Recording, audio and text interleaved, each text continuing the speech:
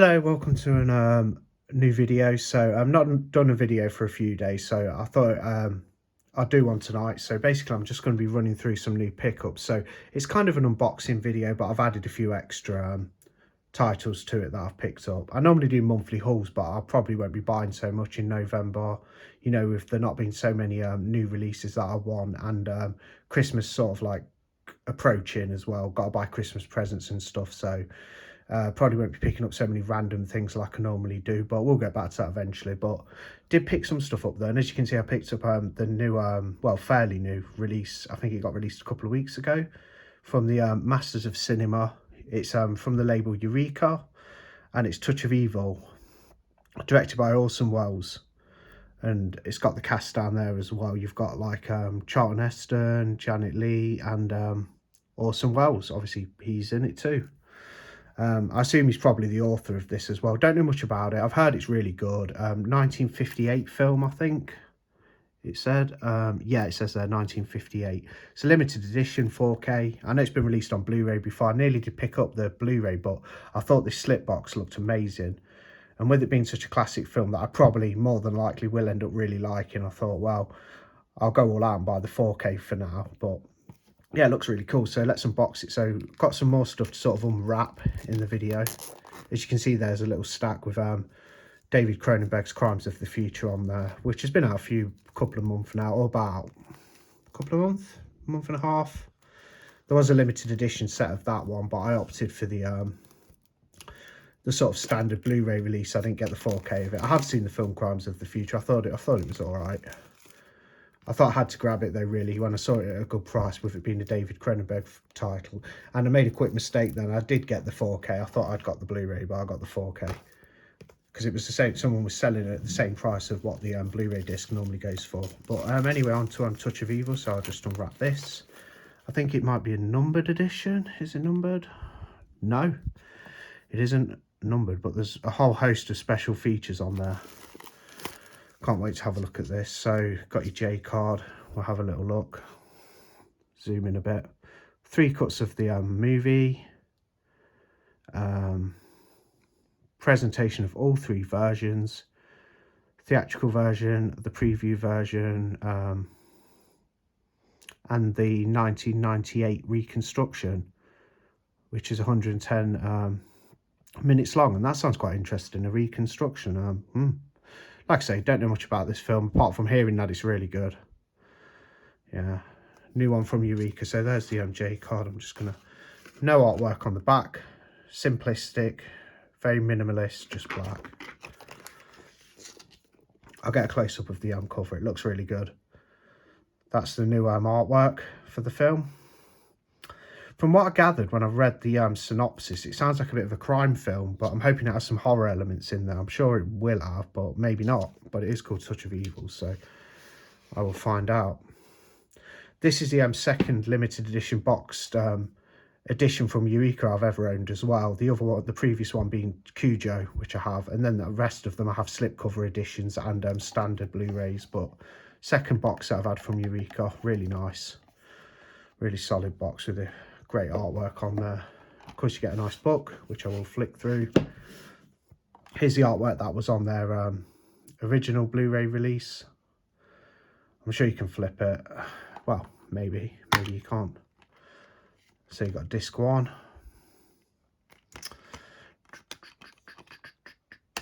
And disc 2. A new versatile artwork. Can't quite see, don't think so. I think it's just got a picture on there. Yeah, it's got a picture there like that. So I'll try and pull that up a little bit more. Oh, nice black and white still from the film, I'd assume. Haven't seen it before, never watched it.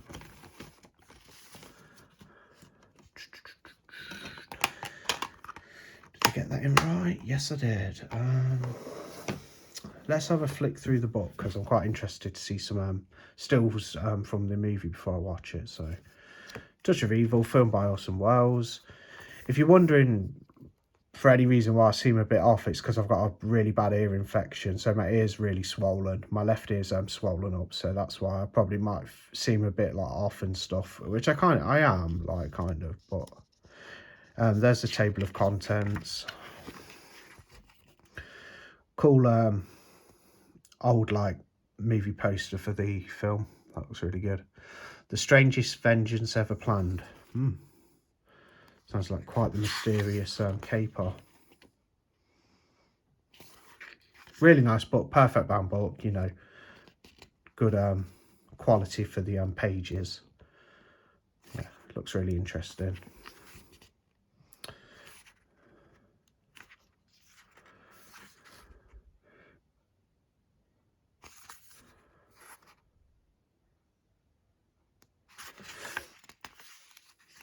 More text, another picture. Don't know if I missed one. No.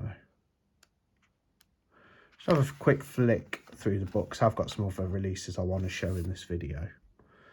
I want to watch the film The Third Man. Like, a friend was telling me about it. That's like a noir film, a black and white, well, sort of thing. I don't think it's exactly noir, I'm not sure, but it sounded really interesting.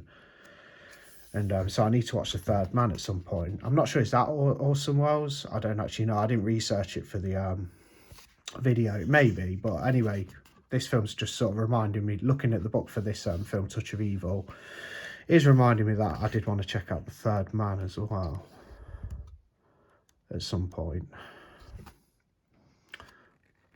Oh my, this looks fun. Some scary bits there. It's a really long book. Got a guy there looking at a bit of skirt, looking at a bit of tail, as he might say. Behind the scenes photo there, another one. On set.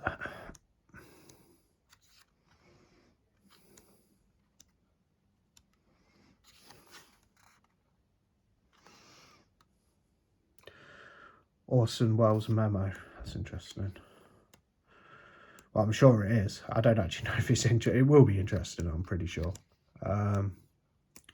Lard in there. There's the memo. So that's a lot. That'll be the end of it, I'd assume. Viewing notes. UHD credits. So the people responsible for the restoration and stuff and working on the film.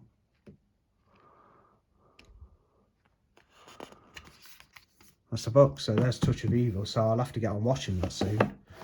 Like I say, practically know zero about it. So going in quite blind. So that's a blind buy for you. An expensive blind buy as well. But I don't mind doing that. Especially on a film that I've heard is quite renowned and really good. Yeah, there's a blind buy for you. Touch of Evil. Yeah, looks great. From Eureka. So from Second Sight, I picked up The 4K of Crimes of the Future. Yeah, I thought it was a pretty good film. It's strange, but it is a David Cronenberg film, so that goes without saying. Some interesting, like, concepts in there and things. You know, it's set in the future.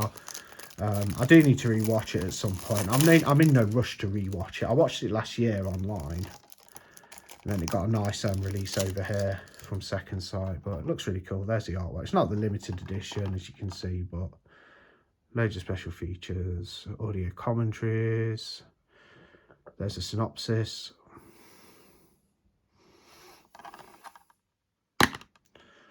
There's a disc.